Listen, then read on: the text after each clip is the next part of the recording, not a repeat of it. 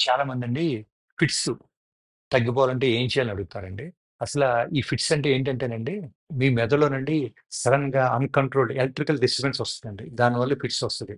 ఈ ఫిట్స్ వస్తడం వల్ల ఏం జరుగుద్దంటేనండి, మీ బిహేవియర్‌లో, మూవ్‌మెంట్స్‌లో, ఫీలింగ్సు, ఈ కాన్షియస్‌నెస్‌లో తేడా వస్తదండి. అసలు ఈ ఫిట్స్ ఎందుకొస్తాయి?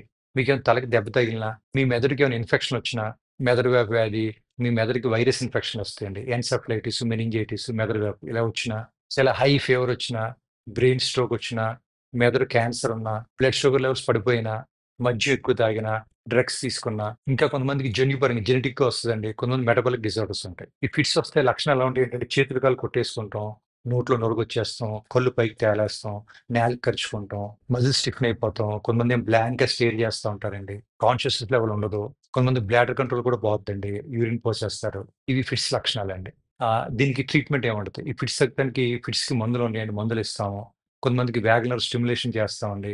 ఇంకా కొంతమంది సర్జరీస్ చేస్తాం. అయితే కొంతమంది ఈ ఫిట్స్ నేచురల్‌గా కంట్రోల్ చేసుకోవాలంటే ఏం చేయాలని అడుగుతున్నారండి. మీరు రోజుకి అట్‌లీస్ట్ 7-8 గంటలు నిద్ర ఉండాలండి. మీకు గనక నిద్ర సరిగ్గా లేకపోతే ఫిట్స్ ఎక్కువైపోతాయండి. మీ స్ట్రెస్ తగ్గించుకోండి. యోగా చేయండి. బ్రీతింగ్ ఎక్సర్‌సైజ్ చేయండి.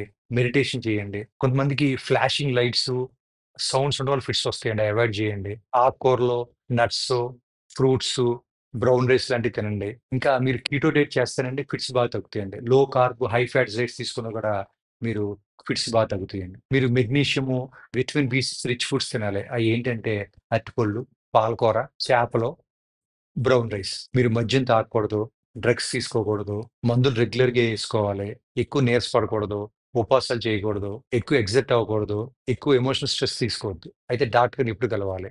మీ జీవితంలో ఫస్ట్ టైమ్ ఫిట్స్ వచ్చినా, మీ ఫిట్స్ 5 నిమిషాల కన్నా ఎక్కువున్నా, ఫిట్స్ అయిపోయిన తర్వాత కూడా మీరు లెగలేకపోతున్నా, ఆయాసంగా ఉన్నా, ఫిట్స్ అప్పుడు ఏమైనా దెబ్బలు తగిలినా, అయితే మీకు అస్తమాను ఫిట్స్ రిపీట్ అయిపోతున్నా, మీరు ఇమ్మీడియేట్‌గా డాక్టర్ గారిని కలవండి. మరింత సమాచారం కోసం కింద కామెంట్ సెక్షన్‌లో చూడండి.